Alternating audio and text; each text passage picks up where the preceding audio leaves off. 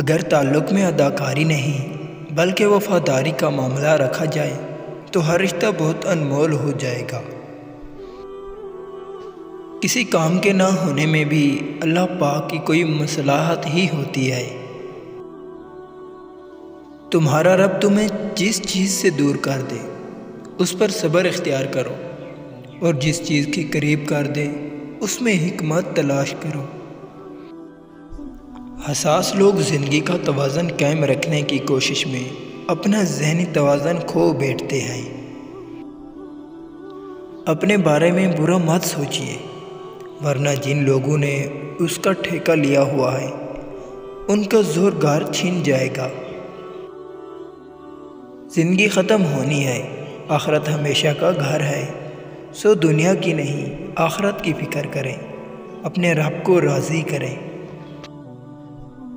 لوگوں کو الزام نہیں دینا چاہیے کہ انہوں نے ہمیں کس قدر مایوس کیا، بلکہ اپنے آپ کو الزام دینا چاہیے کہ ہم نے لوگوں سے کس قدر زیادہ توقعات وابستہ کر لی۔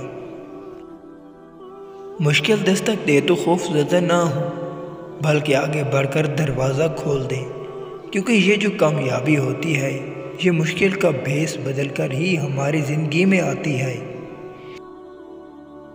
اگر کوئی آپ کو عزت دے رہا ہے تو عزت کو ہضم کرنا سیکھیں، خود کو مہان چیز سمجھ کے سامنے والے کو ڈی گریڈ نہ کیا کریں۔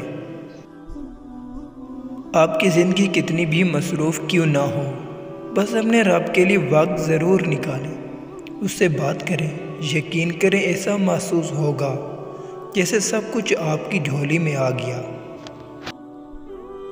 پوری کائنات میں کوئی کسی کا اتنا انتظار نہیں کرتا جتنا رب کریم اپنے بندے کی توبہ کا انتظار کرتا ہے۔ نمبر 1، جو بد اخلاق ہو۔ نمبر 2، جو عورت کو لوگوں کے سامنے ذلیل کرے۔ نمبر 3، جو جگہ جگہ منہ مارنے کا عادی ہو، یعنی جس کو بھی دیکھے اس کے پیچھے لگ جائے۔ شیطان سب سے پہلے انسانی شرم و حیا پر ضرب لگاتا ہے تاکہ بے حیا ہو کر وہ آسانی سے گناہ کر سکے۔